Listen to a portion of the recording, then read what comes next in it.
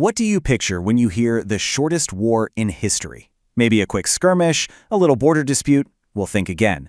We are talking about a declared war, complete with naval bombardments, hundreds of casualties, and a sultan getting kicked off his throne. And it all happened in less time than it takes to get a pizza delivered. So let's dive into the absolutely wild story of the 38-minute war. 38 minutes. That's it.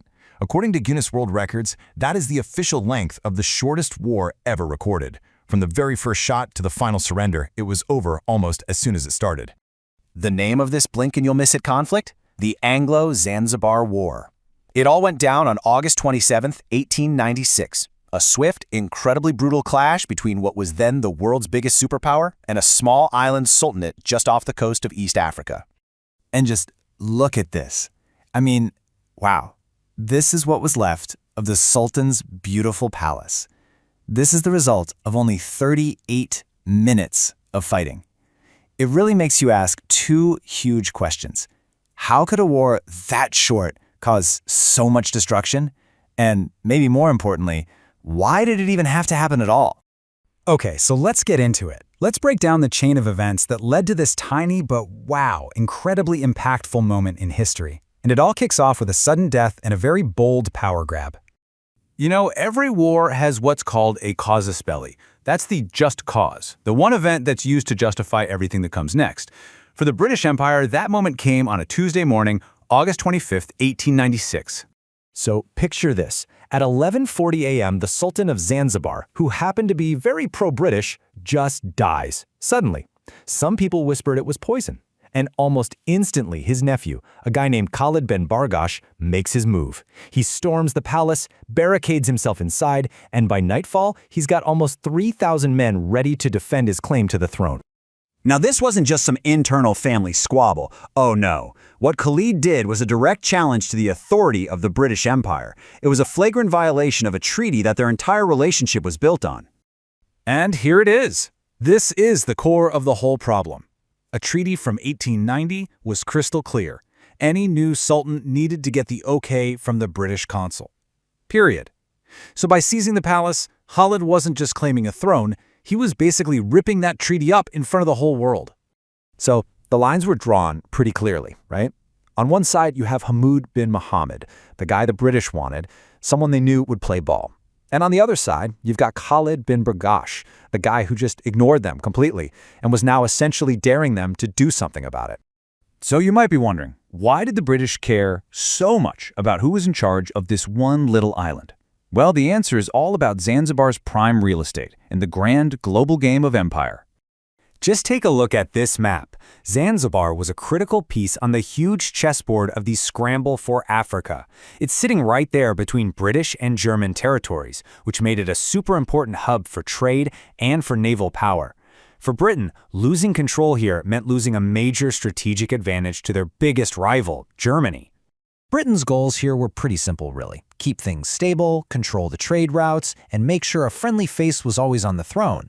But there was another, massive objective. For decades, Britain had been pushing hard to completely abolish the slave trade in Zanzibar, a disgusting but very profitable industry that a lot of the local elites, including Khalid, really didn't want to give up.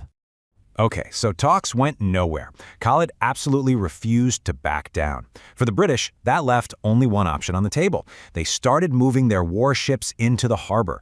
And just like that, a diplomatic crisis was about to become a military standoff. This map just shows you how much of a mismatch this was going to be. The Royal Navy parked 2 powerful cruisers and 3 gunboats right in the harbor, their cannons aimed squarely at the Sultan's wooden palace. And facing them, a handful of old cannons and one single royal yacht, the HHS Glasgow. At 8:30 in the morning, just 30 minutes before the deadline was up, Khalid sent this message, and it was just an epic miscalculation. He genuinely did not believe the British would actually pull the trigger. But the ultimatum from Rear Admiral Harry Rawson was deadly serious. The terms couldn't be clearer. Get out of the palace and take down your flag by 9 a.m., or we open fire. The clock was ticking. 9 a.m. came and went. Nothing. Then, at 9:02 a.m., the order was given. The Royal Navy warships unleashed hell, and the world's shortest war officially began. The bombardment was just devastating. I mean, these were high explosive shells, and they just ripped through the wooden palace like it was paper. The Sultan's own cannons were silenced almost instantly. Then the palace and the harem next to it caught fire, trapping hundreds of his defenders inside. The difference in casualties is just staggering. It tells the whole story right here. About 500 of the Sultan's men were killed or wounded. And on the British side, get this, one sailor was slightly injured. This wasn't a battle. It was a brutal demonstration of modern industrial firepower. And then, at 9:40 a.m., a shell blasted the flagpole, and the Sultan's flag came down. With their symbol of defiance gone and their defenses completely shattered, the fighting just stopped. The war was over. Total time, exactly 38 minutes. The smoke hadn't even cleared from the harbor, but the consequences of those 38 minutes would change Zanzibar's future for the next 67 years. The aftermath was every bit as fast as the war itself. So, Khalid managed to escape to the German consulate, where he was given asylum. The British wasted no time. They immediately put their guy, Hamad, on the throne as a puppet ruler. This war effectively crushed Zanzibar's independence. But just a few months later, one of Britain's main goals was achieved. The new Sultan officially abolished slavery. And for years after the war, you could still see the masts of that sunken Zanzibari yacht, the HHS Glasgow, sticking out of the water in the harbor.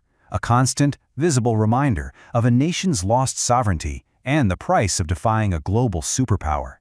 Which brings us to our final thought. The Anglo-Zanzibar War is often treated like a fun fact, a piece of historical trivia, but it's so much more than that. It's a brutal, concentrated lesson in geopolitics, in technological gaps, and in raw imperial ambition. It really makes you wonder, what does this 38-minute war truly reveal about the nature of power and the profound, often tragic, consequences of defiance?